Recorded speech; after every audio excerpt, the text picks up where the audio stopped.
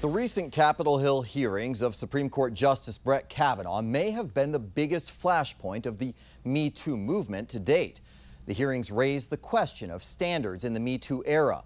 Are women to be believed solely based on an unproven allegation? If corroboration is required, then what's good enough, and who gets to decide?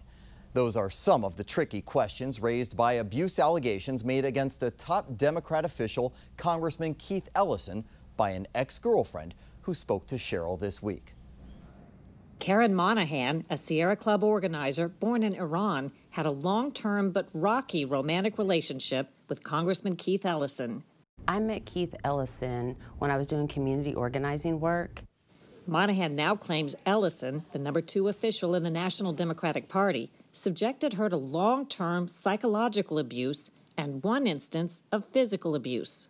And I'm going to ask this question at the beginning because I know in this environment a lot of people are going to want to know. Are you a Democrat or Republican or something else?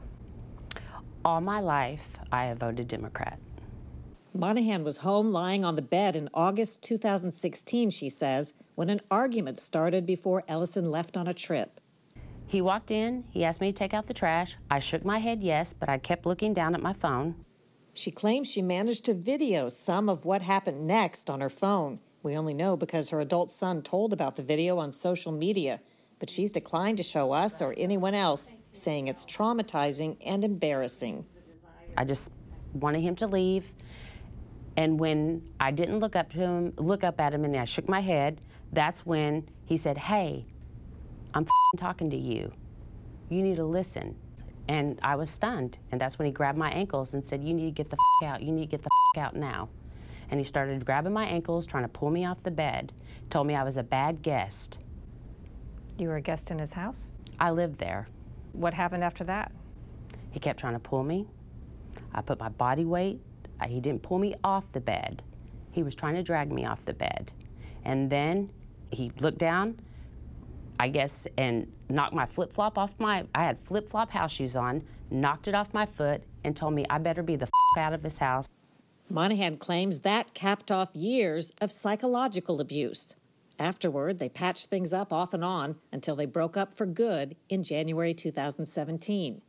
That's when Monahan became an advocate, frequently speaking of domestic abuse on social media, but never mentioning Ellison by name. 4 months after the breakup, Ellison sent a threatening text message. Andrew Parker is Monahan's attorney. And I'll quote, Mr. Ellison says in the text, "Karen, I cannot allow you to publish material about me. You may not publish material about our relationship, Karen. I mean it. Please don't make me prove to you that I am serious." Ellison would later tell investigators he was only threatening legal action, nothing more. The two kept in touch. He said he missed her. She frequently texted of her need to heal, his supposed need to get help, and she twice texted about the alleged physical abuse. And then, Keith, we never discussed the video I have of you trying to drag me off the bed, yelling, "Get the out now," calling me a bitch and saying, "I hate you, bitch." Last June, the night before Ellison announced he was running for Minnesota Attorney General, he and Monahan met up at her request. And he asked me about that. You know, I don't want to look over my shoulder and wonder, you know, basically when you're going to, say it was me. And I mentioned the abuse during that meeting, and he looked at me. He goes, "Oh, I don't remember it being that way." And I looked at him, I said, "And that's a problem." Emboldened by the Me Too movement, Monahan says she soon did reveal it was Ellison who'd allegedly abused her. But instead of being believed, she was viciously attacked and called a liar. No advocacy groups reached out. No prominent Democrats came to her defense. I shared my story, my vulnerability. I've shared intimate text, and I'm still getting smeared, still getting bullied, still victim shamed. While Monahan fended off critics, out of the blue came the 36-year-old allegation against Supreme Court nominee Brett Kavanaugh. He began running his hands over my body and grinding into me. Monahan says the support that important people in her political party gave to Christine Ford compared to her led her to ask, are women to be believed except when they accuse certain powerful Democrats?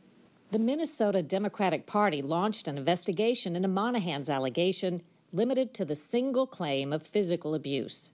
Though he wouldn't speak with us, Ellison firmly denied it to investigators and in a local news interview. Because I never did that. It simply didn't happen.